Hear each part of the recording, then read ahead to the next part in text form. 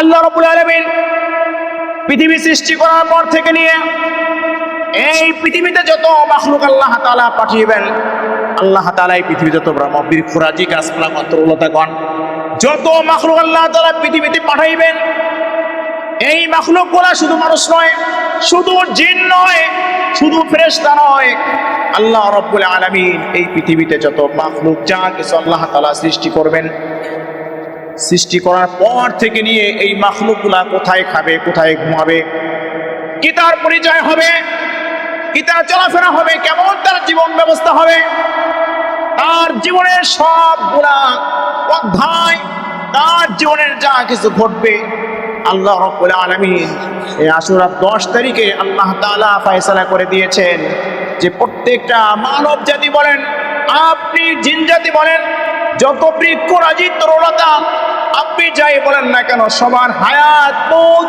রিজিক, দৌলত, সম্পদ, বিপদ, আপদ, মুসিবত যা কিছু নিমজ্জিত হবে, আল্লাহ রাব্বুল আলামিন এই আশুরা 10 তারিখে আল্লাহ তাআলা সব বাজেট বন্টন করে দিয়েছেন। সুবহানাল্লাহ। কয়েকদিন আগেই তো আমাদের সরকার বাজেট ঘোষণা করছে, কিনা বাজেট ঘোষণা করছে 9 লক্ষ কত হাজার কোটি বাজেট আসছে। কত? 36 37 9,37,000 কোটি টাকা কি বাংলাদেশে এই বছরের বাজেট মনে হয় সর্বশ্রেষ্ঠ। এমন বাজেট কখনো হয় নাই। কোটি আছে। তাহলে এই বাজেটটা কি জন্য বলে, আমি বুঝাতে বলতেছি, এই বাজেটটা কি জন্য, যে একটা বছর বাংলাদেশের মানুষের যে খাওয়া দাওয়া চলাফেরা, দেশের উন্নতি অবনতি যা কিছু করার জন্য যে বাজেটটা ঘোষণা করেছেন, এই বাজেটটা 9,37,000 কোটি টাকা বাজেট করেছেন এই বাংলাদেশের মানুষের ভাগ্য পরিবর্তন করার জন্য। সংসদে মাঝে মধ্যেই শুনি বাজেটে অনেক কথাবার্তা হয় না বলেন? হয়। বিভিন্ন মন্ত্রীরা বিভিন্ন তার কথা ব্যক্ত করে, তার মধ্যে একটা কথা না বললে হয়, অনেক মন্ত্রীরা বলে বাজেট করেছেন সুন্দর কথা, তবে এই বাজেটটা যেন জনগণের কাছে সুস্থ মতো বন্টন পৌঁছায়া যায়, দুর্নীতি যেন না হয়। কি না হয়? দুর্নীতি যেন না হয়, এই বাজেট যেন নিজের পকেটে না চলে আসে, জনগণের বাজেট জনগণের কাছে পৌঁছাইয়া দেওয়া, এটা আমার বড় উদ্দেশ্য নয়। কি জন্য বললাম, যে একটা ছোট্ট বাংলাদেশের যদি চালানোর জন্য 9,37,000 কোটি টাকা যদি একটা বছরের জন্য বাজেট করা হয়, তাহলে তাম পৃথিবীর মধ্যে কত বাংলাদেশ, কত দেশ, কত মাখলুক যা কিছু আছে বলেন, আল্লাহর খাজানায় প্রত্যেক বছর কত বিলিয়ন কোটি বাজেট হয় বলেন। আর দুনিয়ার সরকারের বাজেট তো চুরি হয়, লুটতরাজ হয়, দুর্নীতি হয়, কিন্তু আল্লাহর ওই আরশে বান্দার ভাগ্যের যে বাজেটটা হয়, ওখানে কিন্তু কোনো দুর্নীতি হয় না। কি হয় না? কোনো দুর্নীতি হয় না। কেন দুর্নীতি হয় না? কারণ এই বাজেটটা করার পরে আল্লাহ তাআলা ফেরেশতার হাতে বুঝিয়ে দেয়, ফেরেশতারা আমি আমার বান্দার জন্য, আমি আমার বান্দির জন্য, আমি আমার মাখলুকের জন্য এই বাজেটটা ঘোষণা করেছি, তোমরা 1 পয়সারও দুর্নীতি করবা না, তোমরা আমার বান্দার কাছে আমার বাজেট পৌঁছাইয়া দিবা।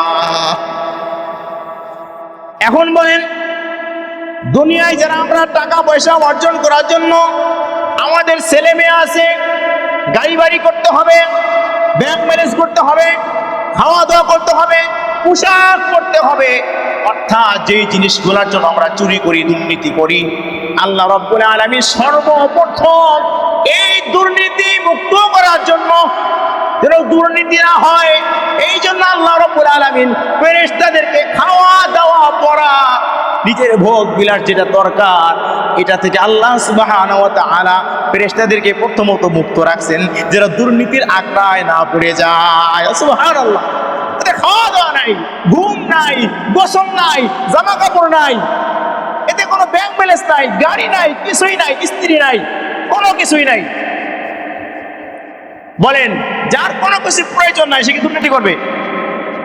ফেরেশতাদেরকে এই কাজগুলো কেন দিলেন? আল্লাহ তাআলা চাইলেন ফেরেশতাদের খাওয়ার ব্যবস্থাও করতে পারতেন, সব কিছু কেন বন্ধ করলেন? আল্লাহ তাআলা চান যে আমার বাজেটগুলা যেন আমার বান্দার কাছে পরিপূর্ণ পৌঁছায়া যায়। আর এই বাজেটটা এমন কিছু মাখলুকের কাছে জীব তারা যেন এই দুর্নীতির আঁকড়ায় না পড়ে যায়।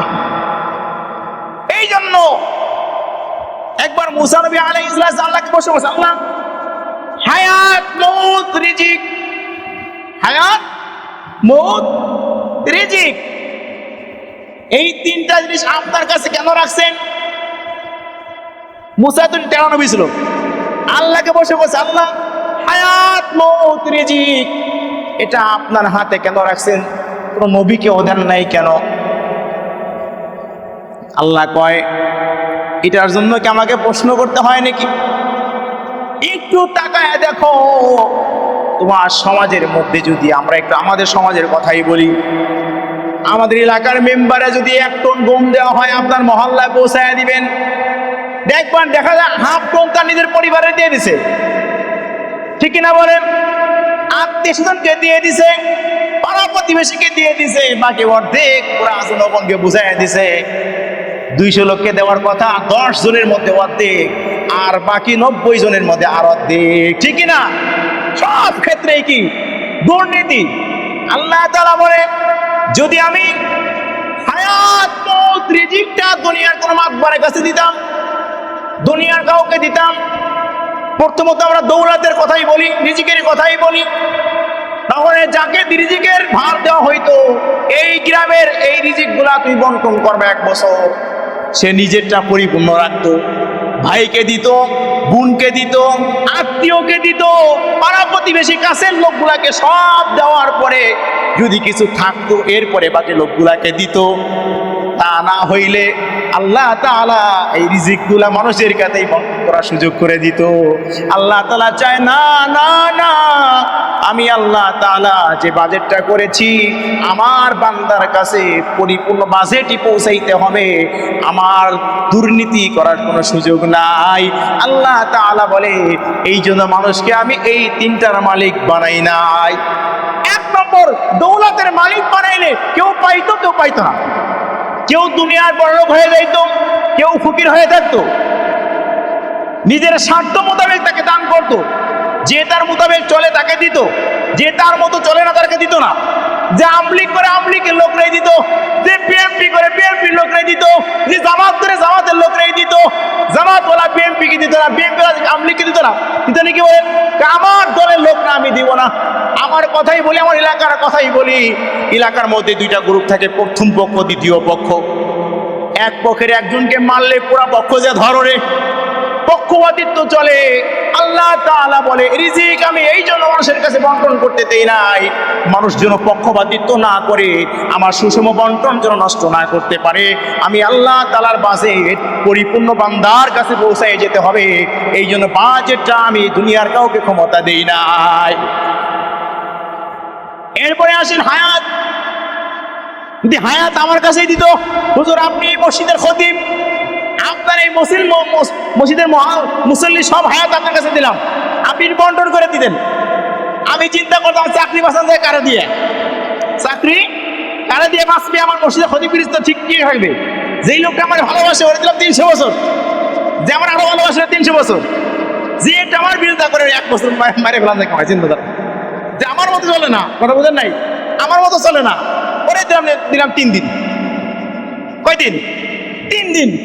আমি তো আমার স্বার্থ মতো হায়াত দিতাম, যে আমাকে যারা ভালো লাগে একে বেশি দিব, যাকে ভালো লাগে না ওকে কি কম দিব, এবং যদি কাউকে পছন্দ না হয় ভিড়াই নিয়ে এসে মারি এলাম, যা তাড়াতাড়ি বিদায় নেই।